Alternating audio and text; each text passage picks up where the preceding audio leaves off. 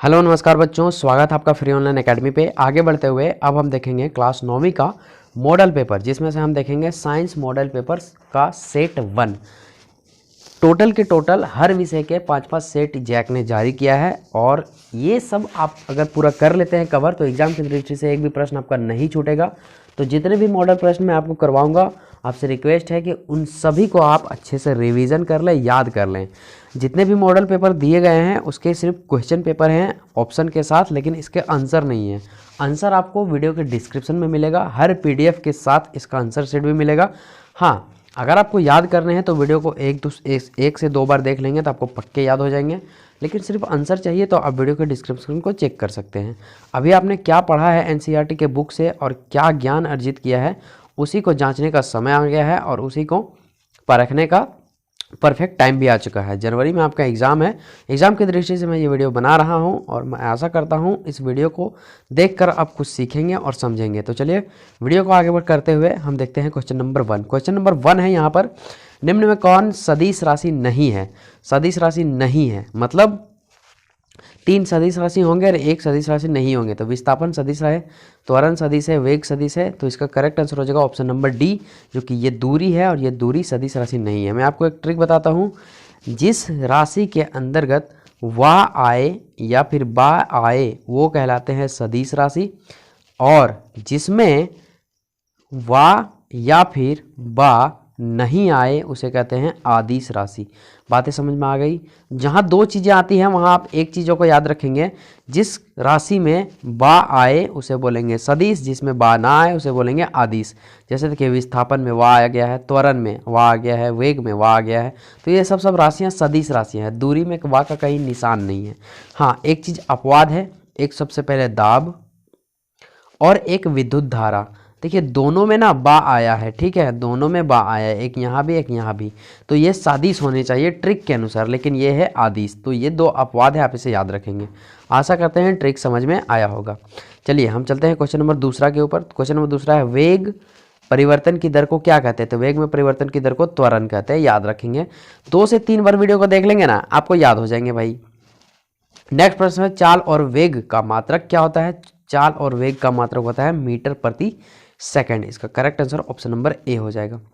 Next प्रश्न है question number 4, odometer क्या मापता है? तो ओडोमीटर दूरी मापता है। ओडोमीटर किसे कहते हैं? बाइक में 2 प्रकार के, एक ऐसे और एक ऐसा शीशा लगा रहता है ना, और कॉर्नर में पूरे नंबर लिखते हैं, इसे कहते हैं ओडोमीटर। और उसके बीच में आप देखेंगे यहाँ पे जो है सो एक कॉर्नर लगा हुआ रहता है, उसमें बताता है कितना बाइक आपका चला है। 32,340 किलोमीटर चला है या 40,536 किलोमीटर चला है।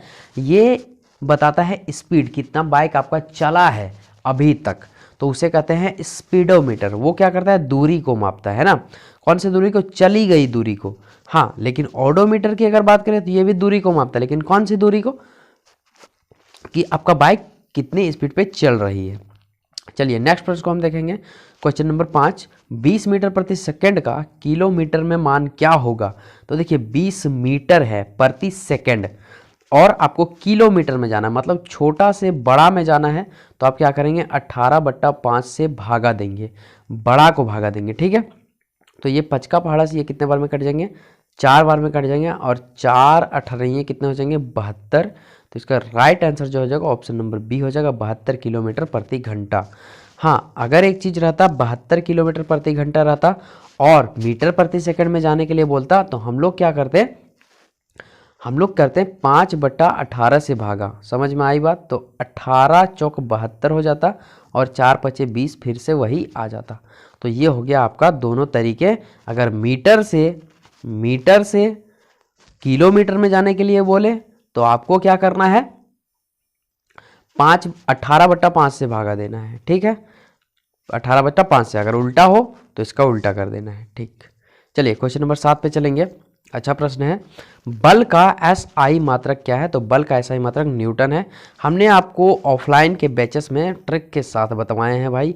जो भी मेरे ऑफलाइन वाले बच्चे होंगे ना, उनको एकदम इजी लग रहा होगा, और पता नहीं जो मेरे ऑनलाइन बच्चे हैं वो कैसे आपने पढ़े हैं। 1 न्यूटन किसके बराबर होता है? तो 1 न्यूटन होता है 1 kg मीटर प्रति सेकंड स्क्वायर। देखिए ये सब ना क्वेश्चन सीक्वेंस वाइज में आते हैं और इसको दिमाग में रखने भी हैं, हर जगह 1 1 है, तो आपको कन्फ्यूजन बिल्कुल भी नहीं करना है। 1 kg इंटू में मीटर प्रति सेकेंड स्क्वायर आपको याद रखने हैं, ठीक। अच्छा देखिए याद कैसे रखेंगे कि न्यूटन बोला है बल, तो बल का फॉर्मूला क्या होता है, एफ ए बराबर क्या होता है, एम ए होता है, ठीक। अब देखिए एम का मतलब क्या, मोलर मास होता है, मतलब के जी, क्या के जी, और ए का मतलब त्वरण, त्वरण का होता है मीटर प्रति सेकेंड स्क्वायर। तो देखिए अब हम देखेंगे यहाँ पे कुछ नहीं मतलब क्या है, 1 है। अब देखिए यहाँ पे कुछ नहीं मतलब 1 और 1 बिठा दिए, क्या निकल के आ रहा है, यहाँ पे निकल के आ रहा है 1 kg मीटर प्रति सेकंड स्क्वायर, जो कि ऑप्शन नंबर ए से मैच कर रहा है, इसलिए इसका करेक्ट आंसर हो जाएगा ऑप्शन नंबर ए। बातें समझ में आ रही है, समझ में आ रही है वीडियो तो एक लाइक कर दो, एक लाइक कर दो भाई। देखिए अधिकांशतः ना हम आपके लाइक के भूखे रहते हैं, तो लाइक करने से मत कतराओ, एकदम लाइक कर दो भाई। नेक्स्ट प्रश्न है, 3 पिंड ए बी सी द्रव्यमान 5 2 10 kg है, इनमें से किसका जड़त्व सबसे कम होगा, तो सबसे कम वही जड़त्व होगा जिसका वजन सबसे कम होगा, तो वजन 2 किलो। अब देखेंगे 2 कितना में, बी नंबर में, तो इसका करेक्ट आंसर हो जाएगा बी। अच्छा इसी में पूछता सबसे जड़त्व सबसे ज़्यादा किसका होगा, तो हो जाता है सी का, क्योंकि सबसे भारी सी है। बातें समझ आ गई, तो जड़ से बैठा रहेगा कौन, जो सबसे भारी होगा उसका जड़त्व ज़्यादा होगा, जो सबसे कम हल्का होगा उसका सबसे कम जड़त्व होगा, ठीक। चलिए 10 नंबर पर प्रश्न पे चलेंगे। 1 kg द्रव्यमान पर 1 न्यूटन का बल लगने पर उत्पन्न त्वरण क्या होगा, तो इसका एक फॉर्मूला होता है, आप इस फॉर्मूले को समझ लेंगे। F बराबर एम ए होता है फॉर्मूला, ठीक है। यहाँ F मतलब होता है फोर्स यानी कि बल, M का मतलब होता है मोलर मास यानी कि द्रव्यमान, और A का मतलब होता है त्वरण। तो यहाँ पे हमें क्या करना होगा, इसी फॉर्मूले में सब बैठा देना होगा। तो यहाँ पे दिया 1 kg, मतलब ये मास दिया हुआ है, यहाँ पे लिख देंगे 1 और इंटू में ए का मान पता नहीं, हमें यही निकालना है, त्वरण निकालना है, तो ए लिख दिए। और जो 1 न्यूटन है यानी फोर्स यानी कि यही है बल, तो यहाँ पे हम लिखेंगे 1 बराबर में बराबर 1 को हम ए से गुना करेंगे तो ए ही हो जाएगा और इसके बराबर में 1 आएगा। तो ए का जो मान आया फाइनली वो क्या आया, 1 आया। अब हम देखेंगे 1 कहाँ पे है, तो त्वरण चूंकि मीटर प्रति सेकंड स्क्वायर में निकलता है, इसीलिए इसका करेक्ट आंसर हो जाएगा ऑप्शन नंबर डी, 1 मीटर प्रति सेकंड स्क्वायर। बातें समझ आ गई, तो ऑप्शन नंबर डी इसका करेक्ट आंसर। नेक्स्ट प्रश्न में चलेंगे, 11 नंबर प्रश्न है, न्यूटन के गति के पहले नियम से कौन मिलता है, नियम कौन सा मिलता है, तो न्यूटन का पहला गति का नियम बताता है जड़त्व का नियम। इसका हम एक ट्रिक बता रहे हैं, पहला दूसरा तीसरा का नियम आप याद रखिएगा, जड़ से क्रिया, जड़ से क्रिया। देखिए जड़ से मतलब जड़त्व का नियम, से मतलब संवेग का नियम, क्रिया से क्रिया प्रतिक्रिया नियम। जड़त्व का नियम पहला, दूसरा संवेग का नियम और तीसरा में क्रिया प्रतिक्रिया नियम चलेंगी। अगर आपने जड़ से क्रिया को याद रख लिया तो न्यूटन के तीनों के नियम जो है सो आपको आराम से चुटकियों में याद हो जाएंगे। और अगर आप एनसीईआरटी बुक को नहीं पढ़े हैं तो एक बार ज़रूर पढ़ लीजिए, सारे प्रश्न इजी हैं भाई। आप पढ़ेंगे तब ना, पढ़ते ही नहीं है और आप चाहते हैं कि हम तीर में तीर मार लेंगे, 40 में 40 प्रश्न कर लेंगे, ऐसा नहीं होता है मेरे भाई, ऐसा नहीं होता है। नेक्स्ट प्रश्न को देखें, क्वेश्चन नंबर 12, न्यूटन के गति के कौन से नियम से बल मापने का सूत्र मिलता है, तो दूसरे नियम से मिलता है। जब दूसरे नियम को बुक में आप पढ़ेंगे ना तो उसमें डिटेल में दे रखे हैं भाई कि न्यूटन के दूसरे के नियम से हमें सूत्र मापने का मिलता है, कौन सा, बल का। बल का क्या होता है फॉर्मूला, बल बराबर एम ए होता है, बल बराबर एम ए, ठीक है। एम के जगह पे कुछ और भी आ सकते हैं, ए के जगह पे कुछ और आ सकते हैं, लेकिन फिलहाल के लिए एफ बराबर एम ए जो कि बल का फॉर्मूला है और ये न्यूटन की गति के दूसरे नियम से मिलता है। ये आपको दिमाग में ठूस लेने हैं, हाँ दिमाग में ठूस लेने भाई। नेक्स्ट प्रश्न है, यहाँ पे जी का मान क्या होता है, तो जी का मान होता है 9.8 मीटर प्रति सेकंड स्क्वायर। आप इसे याद रखेंगे वरना बहुत पछताएंगे भाई। नेक्स्ट प्रश्न है क्वेश्चन नंबर 14, 60 kg द्रव्यमान के किसी मनुष्य का चंद्रमा पर भार क्या होगा अगर ग्रेविटी यानी कि जी का मान 10 मीटर प्रति सेकंड स्क्वायर है। समझिए अगर ये वाला पोर्शन ब्रैकेट में नहीं रहता तो यहाँ पे सीधा सीधी 60 का हम कर देते हैं 1/6। क्यों, क्योंकि हमारा जो वजन है पृथ्वी के ऊपर वो चंद्रमा पर जाने पर 1/6 हो जाता है, ठीक है। तो यहाँ पे अगर ये नहीं रहता तो हम 1/6 कर देते, काटते 10 न्यूटन आंसर आ जाता। लेकिन ये यहाँ पे जी का मान दे दिया, मतलब हमें थोड़ा फॉर्मूला में बैठाना होगा। तो फॉर्मूला यहाँ पे होता है वेट बराबर mg, ठीक है, mg। अब देखिए यहाँ जो वेट है वो कितना है, मास कितना है यहाँ पे 60 है और जी का जो मान है वो 10 दे रखे हैं, तो ये हो गया 600 न्यूटन। कितने हो गए, 600 न्यूटन। अब देखिए चंद्रमा पर भार कितना होता है, 1/6 होता है। तो यहाँ पे क्या करेंगे, गुना में हम कर देंगे 1/6। तो 6 का पहाड़ा से कट जाएगा 1 टाइम्स में और 2 जीरो लग जाएंगे। तो यहाँ पे आ जाएगा 100 न्यूटन। ऑप्शन नंबर में हम देखेंगे 100 न्यूटन का है। तो ऑप्शन नंबर सी में इसका करेक्ट आंसर है। इसका करेक्ट आंसर हो जाएगा ऑप्शन नंबर सी। बात समझ आ गई। चलिए नेक्स्ट प्रश्न पे चलते हैं हम। Question number 15। क्वेश्चन नंबर 15 है यहाँ, शरबत बनाते समय पानी में चीनी मिलाने पर चीनी पानी में मिल जाता है, यह पदार्थ के कणों के किस गुण को दर्शाता है? तो यह पदार्थ के कणों के बीच रिक्त स्थानों को दर्शाता है। यह इसका करेक्ट आंसर हो जाएगा ऑप्शन नंबर ए। नेक्स्ट प्रश्न है, निम्नलिखित में से कौन पदार्थ का उदाहरण है? तो विचार पदार्थ नहीं है, शीत पदार्थ नहीं है, स्नेह पदार्थ नहीं। इसका correct answer option number C हो जाएगा, शीतल पेय जो है सो पदार्थ है। नेक्स्ट प्रश्न को देखेंगे, दो विभिन्न पदार्थों के कणों का स्वतः मिलना क्या कहलाता है? तो विसरण कहलाता है। सारे के सारे प्रश्न बुक से हैं और आशा करते हैं कि सारे प्रश्न आपको समझ आ रहे होंगे। नेक्स्ट प्रश्न, किसी तत्व की द्रव्यमान प्रति इकाई आयतन को क्या कहते हैं? तो द्रव्यमान प्रति इकाई आयतन को कहते हैं घनत्व। इसका एक फॉर्मूला होता है जो कि मैं आपको अभी दे रहा हूँ। क्या होता है फॉर्मूला? घनत्व बराबर, याद रखेंगे काम आएगा, घनत्व बराबर द्रव्यमान बटा में आयतन। बटा में क्या होता है? आयतन होता है। ठीक, कोई दिक्कत है? घनत्व बराबर द्रव्यमान बटा आयतन, इसी को हमें पूछ दिया गया है। द्रव्यमान बटा आयतन क्या होता है? तो वो होता है घनत्व। Option number A is the right answer. 19 number का प्रश्न है यहाँ पे, 2 ग्राम हाइड्रोजन 16 ग्राम ऑक्सीजन के साथ मिलकर 18 ग्राम जल का निर्माण करता है, यह किस नियम को प्रदर्शित करता है? तो यह करता है द्रव्यमान संरक्षण नियम को प्रदर्शित। नेक्स्ट प्रश्न को देखेंगे, क्वेश्चन नंबर 20। इसी से मिलता जुलता क्वेश्चन है, जल में हाइड्रोजन एवं ऑक्सीजन का द्रव्यमान अनुपात सदैव 1/8 होता है, यह किस नियम को दर्शाता है? तो यह स्थिर नियम अनुपात को दर्शाता है, क्योंकि यहाँ पर बोल दिया है 1 और 8 जो है सो सदैव रहता है, तो वो तो स्थिर है ना भाई, कांस्टेंट है। तो इसीलिए यहाँ पे इसका करेक्ट आंसर हो जाएगा स्थिर अनुपात का नियम। घबराने को नहीं रे भाई घबराने को नहीं। आप वीडियो को में आ गए ना, डिटेल में देखिए, 2 से 3 बार देखिए, सारे प्रश्न आपके याद हो जाएंगे। नेक्स्ट प्रश्न है, परमाणु त्रिज्या को किस मात्रक में मापते हैं? तो परमाणु त्रिज्या को नापते हैं नैनोमीटर पर एनम में, नैनोमीटर में नापते हैं। ठीक है। नेक्स्ट प्रश्न है क्वेश्चन नंबर 22, परमाणु द्रव्यमान को किस इकाई में मापते हैं? तो यू में मापते हैं परमाणु द्रव्यमान को। बुक को अगर आपने पढ़ा है तो देखा होगा कि परमाणु द्रव्यमान को हम लोग यू से सूचित करते हैं। किससे सूचित करते हैं? यू से। नेक्स्ट प्रश्न है क्वेश्चन नंबर 23, किसी पदार्थ का सूक्ष्मतम कण जो स्वतंत्र रूप में रह सकता है उसे क्या कहते हैं? अणु कहते हैं। वैसे अगर देखा जाए तो परमाणु जो है सो सबसे सूक्ष्मतम कण है, लेकिन यहाँ बोला है स्वतंत्र, और स्वतंत्र जो है सो परमाणु नहीं रहता है, एक अणु रहता है स्वतंत्र। तो इस बात को आप ध्यान में रखेंगे, क्वेश्चन किस टाइप का पूछा जाता है। सो अगला प्रश्न है, जल की परमाणुकता कितनी है? तो जल की परमाणुकता कितनी है ये जानने से पहले आपको 25 नंबर भी क्वेश्चन जानना होगा। 25 नंबर क्वेश्चन है, निम्नलिखित में से किसकी कौन सी यौगिक की परमाणुकता 5 है? चलिए समझिए, देखिए यहाँ पे है जल की परमाणुकता कितनी है, तो इसकी परमाणुकता हो जाएगा 3। और निम्नलिखित में से किसकी परमाणुकता 5 होती है? तो वो होती है कैल्शियम कार्बोनेट की। अब ये परमाणुकता क्या है तो मैं आपको यहाँ एक्सप्लेन करना चाहूँगा, तो वीडियो लंबी हो जाएगी। तो मैं आपसे एक रिक्वेस्ट करता हूँ कि 9th का बुक निकालेंगे साइंस वाला, और पेज नंबर देखेंगे उसमें 40 और 41, वहाँ पे आपको परमाणुकता मिलेगी। वहाँ से आप उसको डिटेल में पढ़ेंगे तो हो सकता है कि आपको समझ आ जाए, और अगर समझ नहीं आती है तो आप हमें कमेंट करेंगे भाई। मैं कोशिश करूँगा परमाणुकता पर एक वीडियो बनाने की, ताकि आपको बेहतर से बेहतर समझ में आ जाए। लेकिन आप एक बार बुक को अच्छे से पढ़ना, परमाणुकता आपको समझ में जरूर आ जाएगी। तो 24 नंबर का जो आंसर होगा वो हो जाएगा सी, और 25 नंबर का भी आंसर हो जाएगा सी। चलिए हम चलते हैं नेक्स्ट प्रश्न के ऊपर। नेक्स्ट प्रश्न है हमारा 26 नंबर क्वेश्चन है, कैल्शियम हाइड्रोक्साइड का सूत्र क्या है? तो कैल्शियम हाइड्रोक्साइड का सूत्र है CaOH whole twice. Option number is the right answer, B. Next प्रश्न है, नाइट्रिक अम्ल का आणविक द्रव्यमान क्या होगा, ज्ञात कीजिए।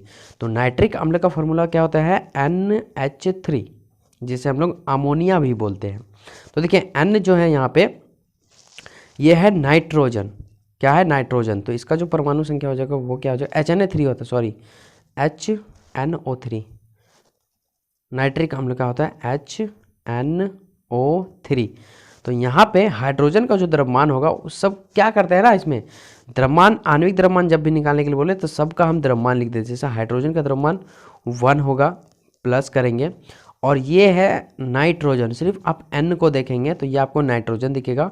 नाइट्रोजन का परमाणु क्रमांक होता है 7, इसका आप दोगुना करेंगे तो द्रव्यमान निकल जाएगा, यानी कि 14, नाइट्रोजन का 14 हो जाएगा। फिर से हम प्लस को देंगे और यहाँ पे ऑक्सीजन, तो ऑक्सीजन का जो परमाणु संख्या होता है 8, इसका हम दोगुना करेंगे तो हो जाएगा 16।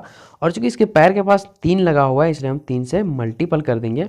तो यहाँ पे कितने हो जाएंगे, 15 प्लस 16 तिया 48। और इसको जब हम ऐड करेंगे तो 8 और 5 कितने हो जाएंगे, 13। और 4 और 1 5 और 1 6, 63 हो जाएगा इसका आणविक द्रव्यमान।